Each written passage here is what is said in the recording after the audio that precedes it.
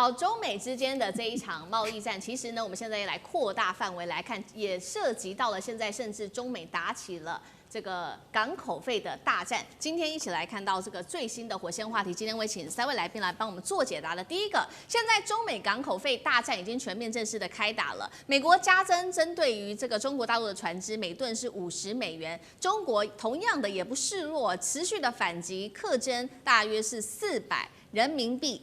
互相都加码，一直喊到2028年哦，针对这个港口费持续的加码，港口现在成为新的战场。习川会前真的是火药味非常的浓。第二件事情，中国大陆除了制裁美国，在做这个港口费之外，也针对了北京现在点名了韩国企业，你是不是美国的帮凶啊？针对了韩国企业做了制裁，拉开了第三国报复战的序幕吗？韩国会不会成为下一个新的代价国？最后一件事情是，美国的杜鲁门号，它这个航母呢撞船到现在8个月都还没有修好，是不是造船业崩坏，出现了一些问题呢？川普真的是想要靠港口费来救产业，但是能救回他的造船业吗？他的船有办法复兴吗？等一下我们都会一起的来做解读。我们先来看到这个最新消息哦，美国的最新开打14日开始，针对中国大陆籍的船只加收是每吨达到50美元的港口费。刚刚提到了嘛，每年这个港口费都会再增加，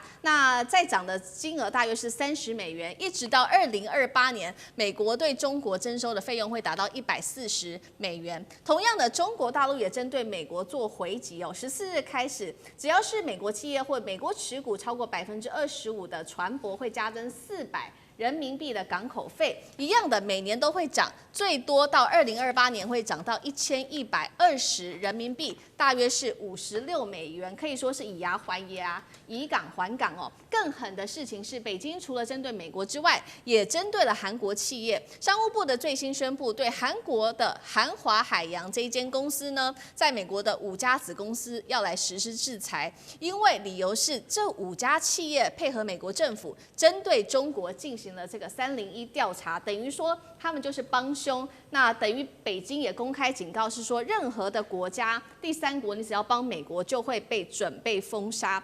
节目一开始请教岳老师怎么看哦？川普现在是以港口费希望让中国大陆来屈服，但是港口费真的能让大陆屈服吗？老师怎么看？今天刚好是美国时间10月14号，也就是港口费开始征收的日子。上一次我来节目的时候就提到这个港口费的问题。我觉得非常非常有趣的事情，就是实际上要做的事情是要让美国的造船业重新恢复起来。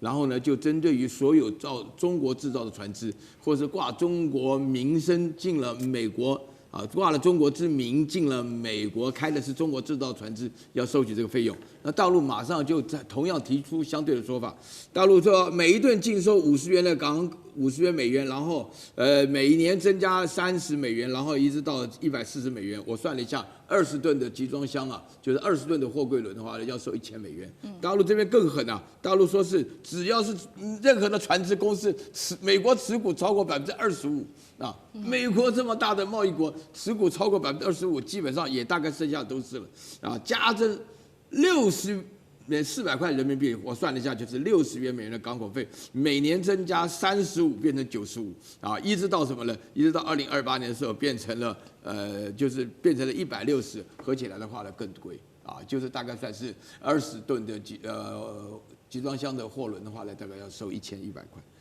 ，1100万哦，这个事情就非常严重。那我现在强调这个事情的话呢，刚刚主持人问到我说，中国会不会胜？谁会胜？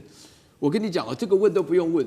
美国为什么要进口这么多的船到港口？因为美国人需要，美国人不是生产。然后呢，美国人需要了，没有这些东西的话呢，美国很麻烦，因为美国没有制造业。到目前为止的话呢，世界30%的制造业在中国手里啊，每一年的话呢，以2%到3%的速度在增加。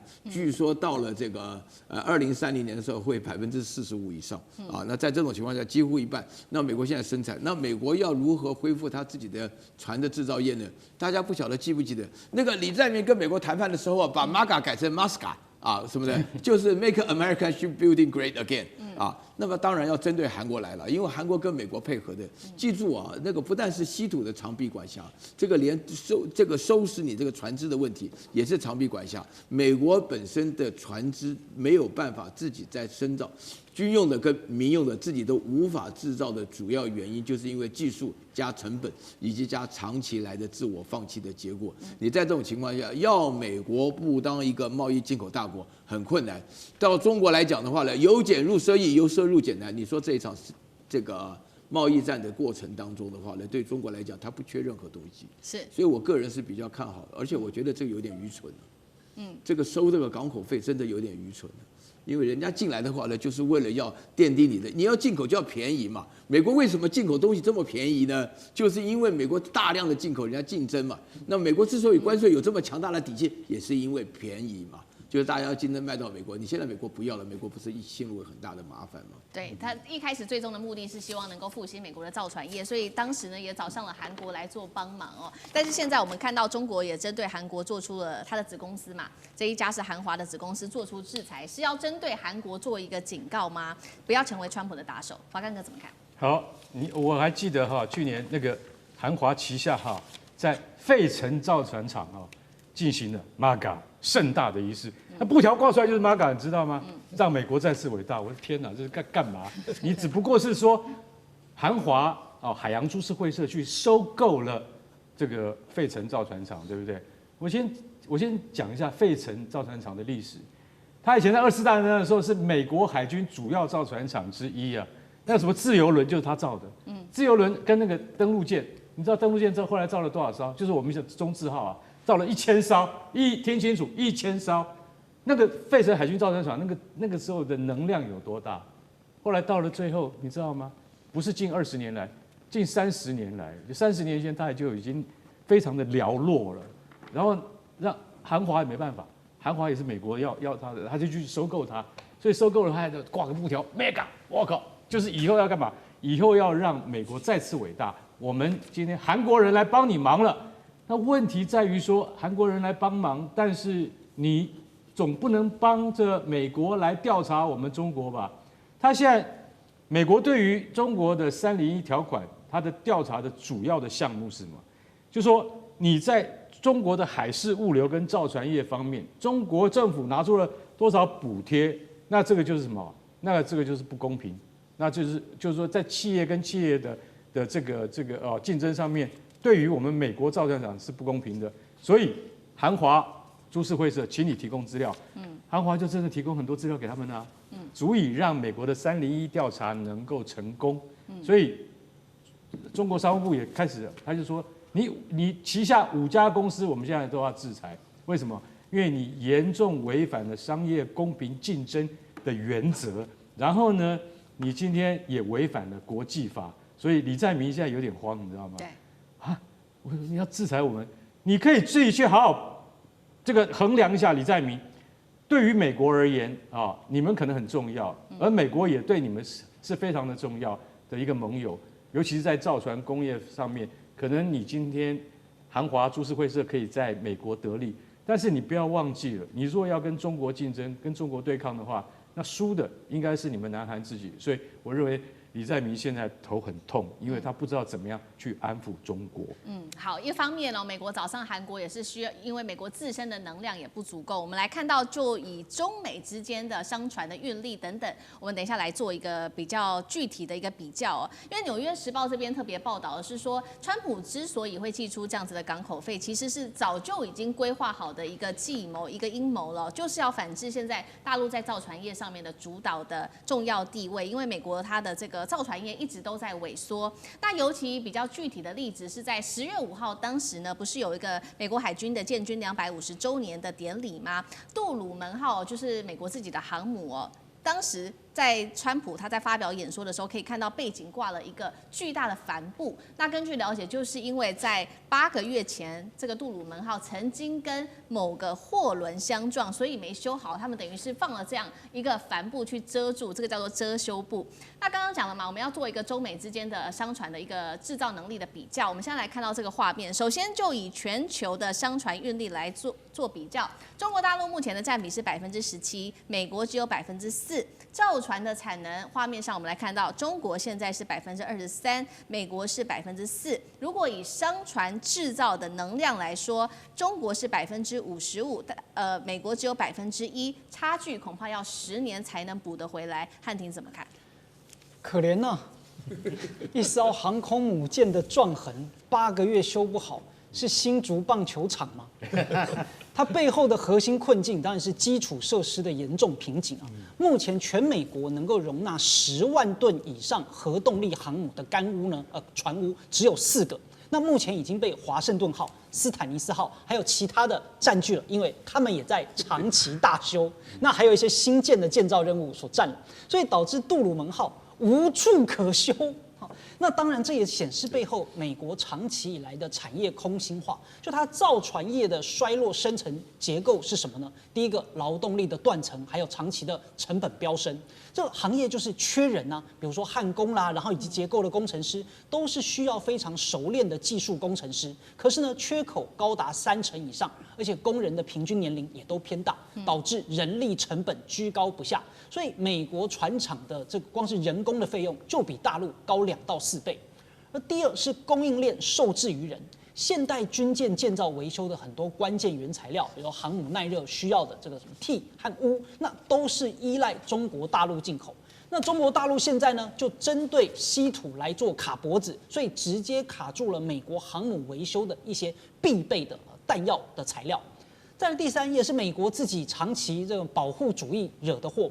1920年代，美国通过了琼斯法案，主要就是保护本土的航运业和造船业，它就规定所有的东西都必须由美国制造啊，美国人有啊，美国开的船啊。但长期来看，就因为缺乏了国际竞争，所以推高了成本，也削弱了行业的竞争力。那当然导致在国际的竞争之间，你美国的造船或者是运输就落后了。而加上大陆、南韩跟日本，他们的这些造船都有长期稳定的订单，长期又能够形成规模的经济效应，自然就能够再研发、再投入，所以美国就一直屈居于下。但是这一次所谓航母这个8个月修不好啊，它更凸显的是美国整体的军事和战略都出现了问题。第一个，战备能力的空心化，维修然后要不断的积累排到后面。